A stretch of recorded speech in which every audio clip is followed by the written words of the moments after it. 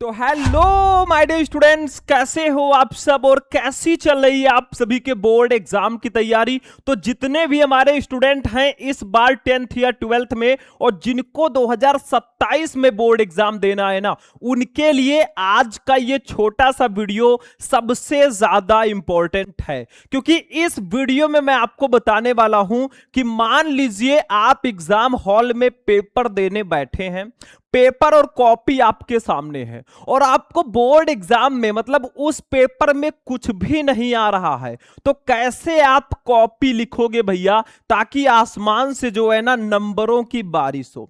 तो इस वीडियो में मैं आपको बताऊंगा कि बोर्ड परीक्षा में अगर कुछ ना आए तो ये वाला ट्रिक लगा देना भैया, नंबरों की बारिश होगी। इतना अच्छा नंबर आपका आ जाएगा ना कि आपके क्लास का टॉपर स्टूडेंट भी पूछेगा भाई तूने कैसे किया, तेरा इतना नंबर कैसे आ गया। और मैं कोई हवा में बातें नहीं कर रहा हूं, हर साल मैं लाखों स्टूडेंट को इसी ट्रिक के साथ बहुत अच्छे नंबर से पास करवाता हूं। 3-4 मैं ऐसे ट्रिक बताऊंगा ना जो आपको पूरे YouTube पर कोई नहीं बताएगा। कुछ बच्चे कहते हैं सर जी क्या हम पैसे रख देंगे अगर कॉपी में तो क्या हमें नंबर मिल जाएगा, वो भी मैं इसी वीडियो में बताऊंगा। अगर आपको कुछ भी नहीं आता फिर भी बहुत अच्छा नंबर लेकर आओगे, बस ये काम करो, कॉपी कैसे लिखोगे वो भी मैं आपको विथ ट्रिक बताने वाला हूं। कोई भी क्वेश्चन अगर आपको आधा आ रहा है या बिल्कुल भी उसका आंसर नहीं आ रहा है ना, उसका आंसर कैसे लिखोगे ताकि एग्जामिनर आपको खुश होकर पूरे के पूरे नंबर दे, वो भी ट्रिक मैं इसी वीडियो में बताने वाला हूं। तो इस क्लास को स्टार्ट करने से पहले 2 लाइन आपके लिए कि something is better than nothing. वो कहा जाता है ना कि कुछ नहीं से कुछ अच्छा होता है। मान लीजिए आपको कुछ भी नहीं आ रहा है पेपर में और आप बिल्कुल नहीं लिखे, बैठे रह गए, तो आपको नंबर मिलेगा? बिल्कुल नहीं मिलेगा। और अगर आप अच्छे से बढ़िया ब्लू पेन से लिख दोगे ना तो नंबर आपको मिल जाएगा, एग्जामिनर आपको पास कर देगा। तो something is better than nothing, ये लाइन आप जरूर याद रखना। तो चलिए स्टार्ट करते हैं। आप लोग बस वीडियो को ज्यादा से ज्यादा लाइक करना, ये छोटा सा वीडियो लास्ट तक देखकर जाना, बहुत हेल्पफुल है, ठीक है।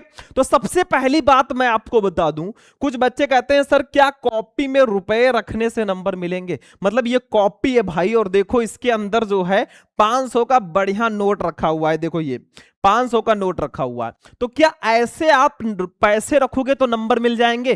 कॉपी में कितने अच्छे तरीके से रखा गया है। देखो स्टूडेंट, मैं सबसे पहले आपका डाउट ये वाला क्लियर कर देता हूं, उसके बाद में मैं आपको ट्रिक बताऊंगा कैसे आपको क्वेश्चन का आंसर नहीं आएगा फिर भी आप लिख कर आओगे कॉपी अच्छे से। देखो आपकी जो कॉपी होती है ना वो सीसीटीवी कैमरे की निगरानी में चेक होती है। वहां पे बहुत सारे टीचर होते हैं और सीसीटीवी कैमरे की निगरानी में वो कॉपी चेक करते हैं। अगर उन्हें कॉपी में पैसे मिलते हैं ना तो वो अपनी जेब में नहीं रख सकते उस पैसे को, वो पैसे जो है सरकार के खाते में जाएंगे। तो पैसे रखने से कोई भी फर्क नहीं पड़ता है। तो आप अपना पैसा ऐसे ही वेस्ट ना करें भाई, इससे अच्छा है कोचिंग लगवा लें और पढ़ाई अच्छे से करें, ठीक है। तो पैसे रखने से आपको नंबर नहीं मिलते हैं, इस भ्रम में मत रहिएगा कि 1000 लेकर जाएंगे कॉपी में रख देंगे और हमें नंबर मिल जाएगा, ऐसा कुछ भी नहीं होता, ठीक है। सबसे इंपॉर्टेंट अगली चीज भाई, जब आप बोर्ड एग्जाम देने जाओगे ना, आपको कुछ आए या ना आए लेकिन ये काम आपको जरूर करना है। अगर ये चीजें आपने अच्छे से नहीं की ना तो भाई डायरेक्टली आप फेल हो सकते हो। तो ये काम अच्छे से करना, जिसमें सबसे इंपॉर्टेंट है कॉपी में सही सही अपना डिटेल आपको भरना है। मतलब जो आपका रोल नंबर होता है भाई ना, पेपर कोड होता है, साथ में डेट होता है, सेंटर का नाम होता है, ये सब आपको बिल्कुल सही सही भरकर आना है। मतलब रोल नंबर में तो गलती होनी ही नहीं चाहिए, क्योंकि आपको बोर्ड एग्जाम के कॉपी में नाम नहीं लिखना होता, केवल रोल नंबर ही अपना लिखना होता है। तो अगर उसमें आप गलती कर दोगे तो आपकी कॉपी चेक ही नहीं होगी और वैसे ही प्रॉब्लम हो जाएगी। तो रोल नंबर अपना अच्छे से भरना, ठीक है। उसके बाद में ब्लैक एंड ब्लू पेन का यूज करना। भाई आप कॉपी जब लिखना ना काले और नीले पेन का यूज करना, गलती से आप हरे पीले लाल इन सब पेन का यूज मत कर देना वरना आपका नंबर कट जाएगा। सिर्फ ब्लैक एंड ब्लू पेन का ही आपको यूज करना है। अपना एडमिट कार्ड ले जाना, बढ़िया ब्लैक ब्लू पेन ले जाना, स्केल लेकर जाना, स्केच ले लेना, तो ये सारी चीजें आपको लेकर जानी है। कॉपी में लाइनिंग भी आपको करनी है। जैसे मान लो आपने प्रश्नोत्तर संख्या 1 डाल दिया या इंग्लिश में आंसर नंबर 1 डाल दिया, तो उसके नीचे लाइन लाइनिंग भी आपकी प्रॉपर होनी चाहिए और हैंड राइटिंग आपकी जितनी अच्छी होगी ना उतने ज्यादा नंबर मिलने के आपके चांसेस होंगे। तो ये काम आपको स्टार्टिंग में जरूर करना है। उसके बाद में देखो भाई, अब यहां से हम अपना मेन टॉपिक देखते हैं। सबसे पहले जब आप जाओगे एग्जाम हॉल में आपको कॉपी मिलेगी, कॉपी में सारा डिटेल आपने भर दिया, फिर आपको मिलेगा पेपर। पेपर करने के लिए आपको 3 घंटे 15 मिनट का समय दिया जाता है भाई। तो सबसे पहले आप 15 मिनट जो है पेपर को ध्यान से पढ़ना।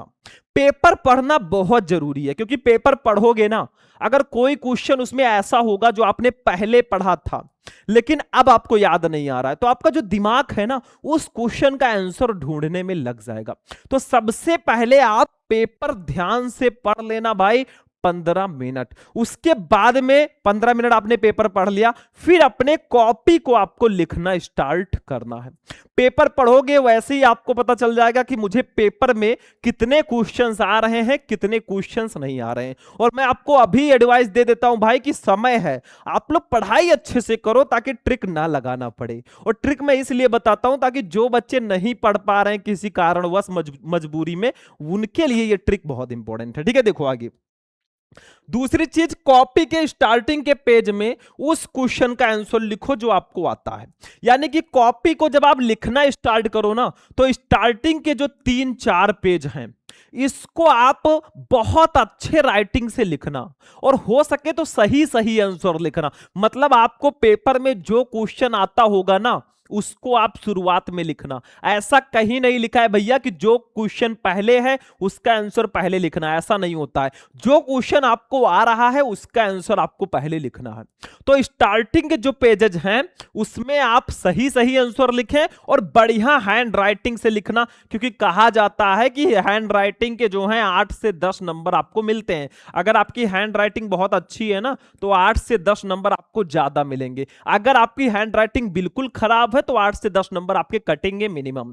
तो स्टार्टिंग के पेज में आप साफ सुथरा और बढ़िया हैंड राइटिंग में लिखना, क्योंकि कहा गया है ना कि first impression is last impression. Examiner जब स्टार्टिंग में कॉपी चेक करेगा उसको लगेगा भाई सही सही इसने लिखा है, खूब सुंदर, तो वो लगातार नंबर देता चला जाएगा। एक एक वर्ड आपका चेक वो नहीं करता, वो स्टेप मार्किंग के जरिए नंबर देते हैं। ठीक है, तो ये ध्यान रखना, एक एक वर्ड नहीं चेक करेंगे, उनके पास हजारों कॉपियां होती है, लाखों कॉपियां होती हैं। ठीक है, चलो तीसरी चीज, ये सारी चीजें समझो।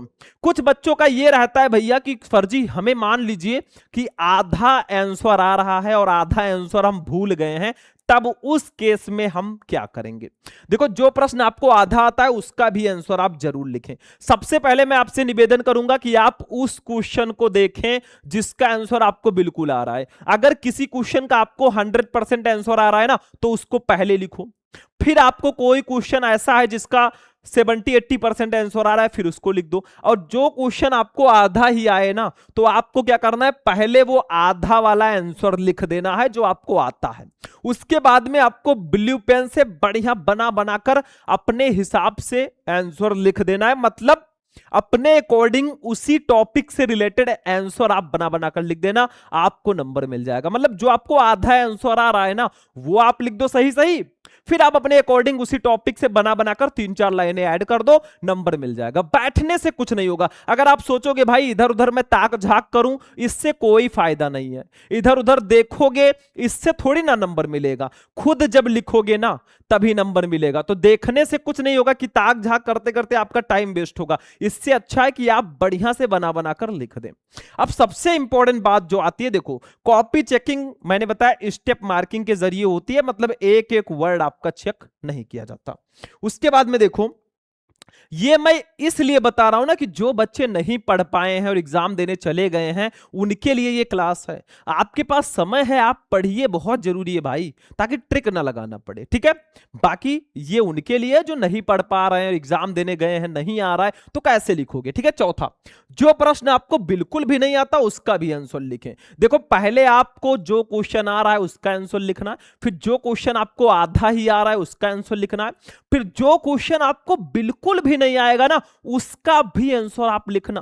ठीक है, जैसे मान लो आपको इंग्लिश में कोई भी क्वेश्चन दे दिया गया, ठीक है, कोई भी क्वेश्चन दे दिया गया है कि वैसे where is Seemapuri situated, Seemapuri कहां स्थित है मान लीजिए दे दिया गया, तो आपको क्या करना है, इस क्वेश्चन का कीवर्ड ढूंढना है, सीमापुरी सिचुएटेड। इसी कीवर्ड के बेसिस पर आपको बना बनाकर आंसर लिख देना है। फिजिक्स में या केमिस्ट्री में या किसी भी सब्जेक्ट में आपका आता है क्वेश्चन ना, उसी के बेसिस पे आप ब्लू पेन से बढ़िया लिखते चले जाओ, नंबर मिल जाएगा। मतलब जब कुछ भी नहीं आएगा ना, तो आपको बैठना नहीं है या उस क्वेश्चन को छोड़ना नहीं है। मैंने शुरू में ही कहा था कि something is better than nothing, कुछ नहीं से कुछ अच्छा होता है, तो आपको छोड़ना नहीं है, कीवर्ड ढूंढना, उस क्वेश्चन का मेन कीवर्ड ढूंढना और बना बनाकर आपको उसका आंसर लिख कर आना है। बड़ा क्वेश्चन होगा तो बड़ा आंसर लिखना, बस ब्लू पेन से बढ़िया प्रश्नोत्तर संख्या डाल के अच्छे से लिख देना। एग्जामिनर जो है ना, उसको लगेगा भाई आपने बिल्कुल सही सही लिखा। तो ये काम आप जरूर करना। अगली चीज, एग्जाम में ज्यादा से ज्यादा अच्छा लिखने का प्रयास करें। हैंड राइटिंग जितनी अच्छी होगी उतना ज्यादा नंबर आपको मिलेगा, ये ध्यान रखना। काट पीट आपको बिल्कुल भी नहीं करनी है भाई, व्हाइटनर का यूज बिल्कुल भी नहीं करना है। तो ये चीज, क्या ये सब करने से नंबर मिलेगा? रुपए रखने से भाई नंबर नहीं मिलेगा। कसम दे देते हैं कुछ लोग, सर जी आपके मां की कसम हमें पास कर देना, ये सब मत लिखना, एग्जामिनर नंबर काट देगा।